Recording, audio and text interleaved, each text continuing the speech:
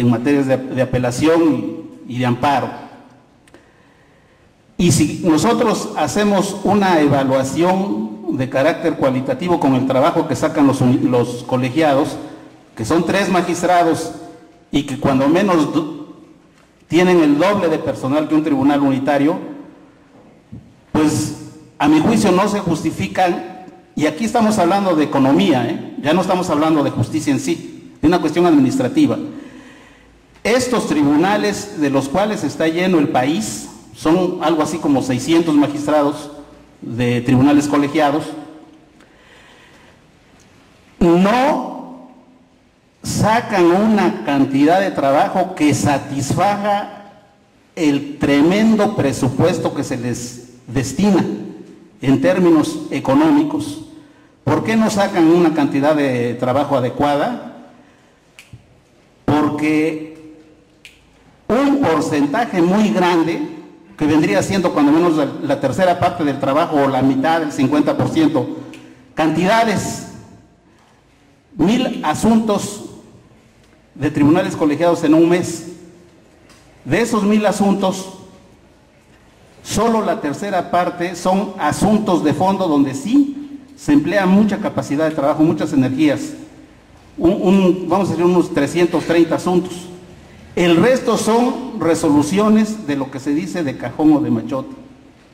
Y entonces yo creo que se deben crear mecanismos legislativos, y eso no lo hace la Corte, a pesar de que tiene una gran cantidad de facultades, para que los tribunales colegiados rindan y realmente se dediquen a los asuntos en donde sí tengan que estudiar el fondo de las cuestiones, y no con resoluciones de machotes, de las cuales están ellos atestados de trabajo.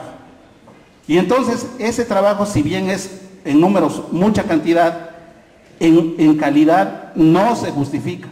Por tanto, hay que poner en duda de que los tribunales colegiados integrados por 3 realmente están rindiendo lo que deben rendir. Querría decir que deben ser menos tribunales y que se deben crear una serie de tribunales unitarios en lugar de esos colegiados, y de esa manera los colegiados rendirían mucho más, y ese mismo ejemplo se puede aplicar al tribunal colegiado llamada Suprema Corte. Si nosotros vemos el método de discusión de los asuntos, es un libreto que ya está bien marcado.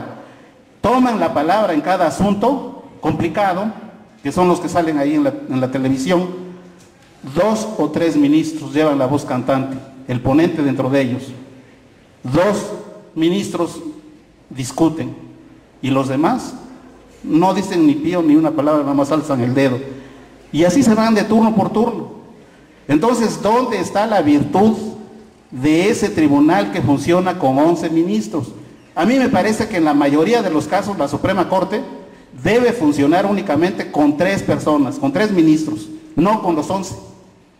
Y entonces tendríamos con 11 ministros, da para 3 salas, ¿no? O si se agregan otros ministros más, podrían crearse hasta 5 salas de 3 ministros cada una, 5 por 3, 15, ¿no? Casi. Es decir, los tribunales del país, desde el punto de vista funcional y desde el punto de vista estructural, en esto nunca nada dicen los reformadores. Menos tocan al Consejo de la Judicatura. Si ven ustedes ahí, no van a tocar, no los tocan ni con el pétalo de una rosa a las funciones y a la estructura del Consejo de la Judicatura. No dicen, por ejemplo, que los consejeros de la Judicatura son nombrados por la Presidencia de la República, por los senadores y algunos por la Suprema Corte, pero no por los jueces y magistrados, que son los que deben intervenir de una manera activa. A estos funcionarios o jueces y magistrados siempre se les trata como meras máquinas o robots, porque dicen, no, nada más que se dediquen a su trabajo, a la labor jurisdiccional, lo administrativo no lo toques. Ahí estamos nosotros, Consejo de la Judicatura. Esto no está bien, porque los jueces también tienen capacidad de buenos administradores. Gran cantidad de puntos que se analizan para la reforma de la justicia en México. Se toca un punto, y nada más para ejemplificar el concepto de interés legítimo y el punto de vista de los promotores de parte del Poder Judicial de este concepto y de todos los demás que se están manejando, interés legítimo. es: ustedes aprueben. Eso significa lo que dicen, porque ni siquiera no se explayan en los argumentos. Ustedes aprueben que esto entre a la Constitución, que ya nosotros, Suprema Corte, nos encargaremos de definir discrecionalmente qué cosa significa interés jurídico. Obviamente, ese concepto que está dedicado a la materia administrativa, en donde se manejan asuntos de monto cuantiosísimo, de grandes empresas, de grandes capitales, pues ya veremos los criterios que va a establecer la Corte del interés jurídico, qué intereses legítimos son los que la Corte va a considerar que protege. Por tanto, deben desaparecer de estas reformas todos esos conceptos que constituyen mayor discrecionalidad para el Poder Judicial, y además se deben precisar, porque para eso se les paga a los diputados y senadores, para que legislen, pero no pueden ellos decirnos por un decreto, que es un acto de índole administrativa y que no es legislativo, aunque lo dicte el legislativo, decretan ellos que a partir de los 120 días de la publicación de este decreto, se consideran derechos humanos todos los establecidos en el Congreso. No, señores, debe definirse, y a esos señores que les cueste, aunque tengan que hacer un catálogo muy amplio, finalmente son ellos los que están metiendo esta litis en la problemática de México.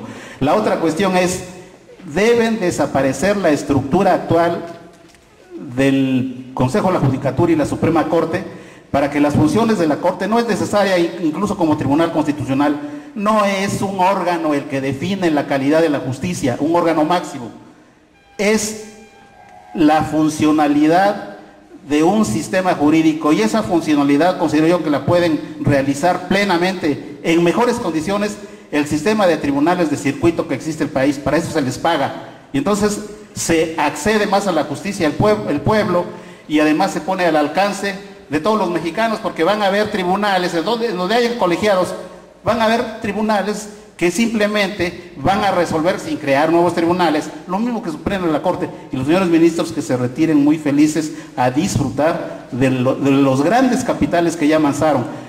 Razones similares al Consejo de la Judicatura, que dejen al cuerpo de magistrados y jueces de todos los poderes del país, de todos los poderes judiciales y desde luego el federal, que ellos se administren, y que no vengan gentes externas a los poderes judiciales a manejar, a manipular todo lo concerniente a la justicia en México. Los jueces y magistrados están lo suficientemente preparados en este siglo XXI, y aunque no estén preparados, ellos se tendrán que preparar, no es cuestión del otro mundo.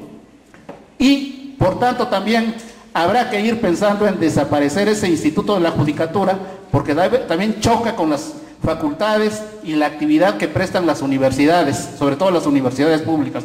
Las universidades públicas y sobre todo las escuelas de jurisprudencia están abocadas, están llamadas a preparar a todo el personal en materia jurídica.